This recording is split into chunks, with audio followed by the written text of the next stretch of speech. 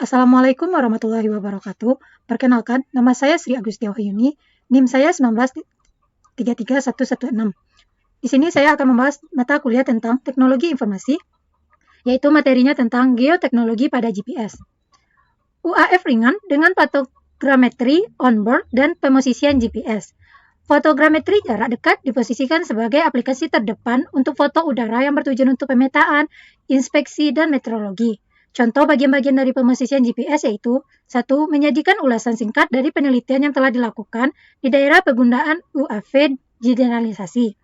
2. Memberikan karakteristik sensor yang digunakan dalam penelitian. 3. Menjelaskan strategi pemrosesan data yang diadopsi dan menjelaskan langkah-langkah untuk melakukan geometri kalibrasi instrumen dan pentingnya waktu sensor sinkronisasi. 4. Memberikan hasil yang diperoleh mengikuti percobaan yang dilakukan menggunakan UAV onboard kami sistem. Selanjutnya, UAV literatur review. Selama lebih dari 1 dekade, kami telah menyaksikan evolusi di pengembangan sistem UAV. Sistem ini semakin meningkat miniatur ringan dan membawa berbagai sensor. Sistem ini memiliki potensi yang tinggi terutama dalam bidang aplikasi beragam. Contohnya 1. Pertanian, 2. Kehutanan, 3. Warisan budaya, 4. Pemetaan, dan 3. Pemodelan, 5. Dedikasi untuk arkeologi, meteorologi, dan pemantauan. Fotogrametri UAV memanfaatkan tren untuk memantapkan dirinya sebagai aplikasi penting dari foto udara saat ini. Metode konvensional yang digunakan dalam fotogrametri udara adalah dengan memiliki target di tempat kejadian yang koordinatnya diukur dengan survei, yang kemudian digunakan untuk mengubah pose kamera dari relatif ke dalam sistem absolut. Selanjutnya, perangkat keras atau hardware. 1. Kamera. Kamera onboard adalah buatan rumah yang dirancang khusus untuk UAV fotogrametrik jarak dekat akuisisi.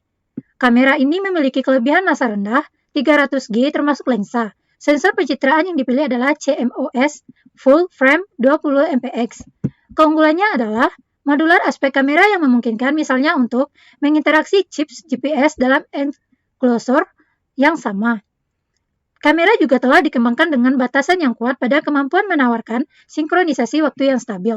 Selanjutnya, chip GPS. Chip GPS terintegrasi adalah U-Blox model Lea 6T0001. Ini mencatat kode C atau A2 mentah, data fase operator, dan Doppler konstelasi satelit GPS aktif pita GPS L13.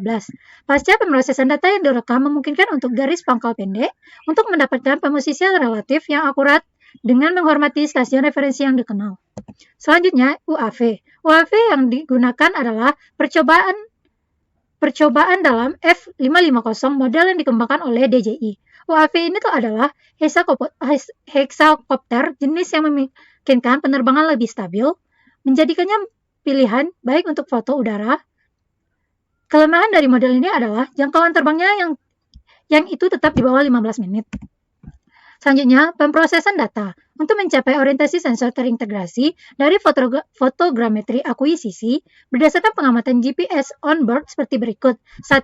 Proses pose kamera relatif berdasarkan titik dasi. 2. Menghitung lintasan GPS. 3. Cocokkan pusat kamera dengan posisi GPS. 4.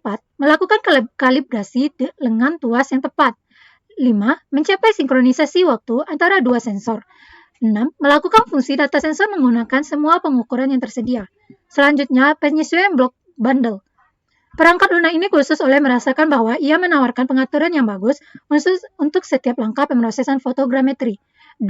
Keuntungan ini menjadikan alat yang sangat ampuh tetapi juga yang sangat rumit untuk ditangani. Selanjutnya, pemrosesan GPS. Semua pemrosesan data GNS bagian terpenting adalah memperbaiki parameter ambiguitas fase nilai integer. Contohnya yaitu pada gambar tersebut, menunjukkan geometri perbedaan ganda fase pembawa GPS antara koordinat stasiun referensi yang diketahui dan GPS pusat fase antena onboard pada epok TK. Selanjutnya, percocokan posisi GPS dan pusat kamera. Teknik umum untuk mengidentifikasi posisi GPS yang sesuai dengan pusat kamera adalah gambar geotagging dengan perkiraan posisi GPS yang ditentukan dalam penerbangan secara umum berdasarkan pengamatan kode C atau A, juga memungkinkan untuk menyinkronkan jam internal kamera sehubungan dengan skala waktu GPS. Selanjutnya, kalibrasi lengan tuas. Untuk mencapai orientasi sensor langsung yang tepat, itu penting pertimbangan vektor antara pusat optik kamera dan pusat fase antara GPS. Ada beberapa teknik menentukan vektor ini. Secara statis, drone diposisikan di atas pemandangan yang berisi target georeferensi. Teknik ini memungkinkan pemrosesan GPS statis sehingga GPS menjadi lebih akurat. Selanjutnya, sinkronisasi waktu. Prestasi masalahnya yaitu jaminan skala waktu yang sama sangat penting saat menggunakan sumber data yang berbeda. Sinkronisasi waktu antara GPS pengukuran dan gambar yang diambil oleh kamera bisa diabaikan jika kita memiliki misalnya pengambilan sampel data GPS yang tinggi yang memungkinkan penggunaan teknik interpolasi. Untuk mencapai sinkronisasi waktu terbaik, kami memilih pemicu kamera yang dikendalikan oleh GPS. Selanjutnya, aplikasi. Dalam kasus kami, penerima GPS U-Block menyediakan akses langsung ke kecepatan sesaat yang diekspresikan dalam bingkai HF.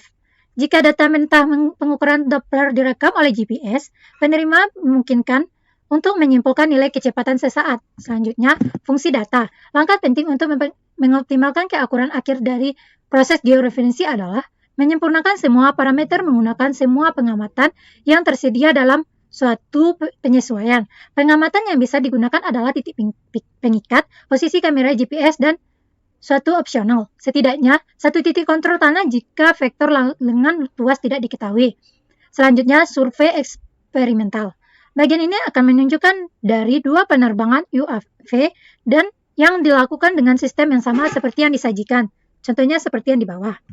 Selanjutnya, kalibrasi penerbangan. Penerbangan pertama digunakan untuk mengkalibrasi semua parameter yang diasumsikan konstan dari satu akuisisi ke akuisisi lain, yaitu parameter kamera serta vektor lengan tuas. 2. Penerbangan. Parameter internal dan vektor lengan tuas yang diperkirakan selama penerbangan sebelumnya akan dipaksa selama penerbangan pengolahan data. Akurasi georeferensi dievaluasi melalui sisi di semua titik pemeriksaan yang tersedia. Selanjutnya, GCP, phase, GPS. Semua konversi dari kamera relatif menjadi mutlak menggunakan semua pengukuran tanah yang tersedia dilakukan. Kumpulan orientasi ini dianggap sebagai kumpulan parameter referensi. Salah satu teknik yang digunakan untuk mengontrol kualitas produk akhir adalah dengan menghasilkan awal titik referensi padat yang akan dibandingkan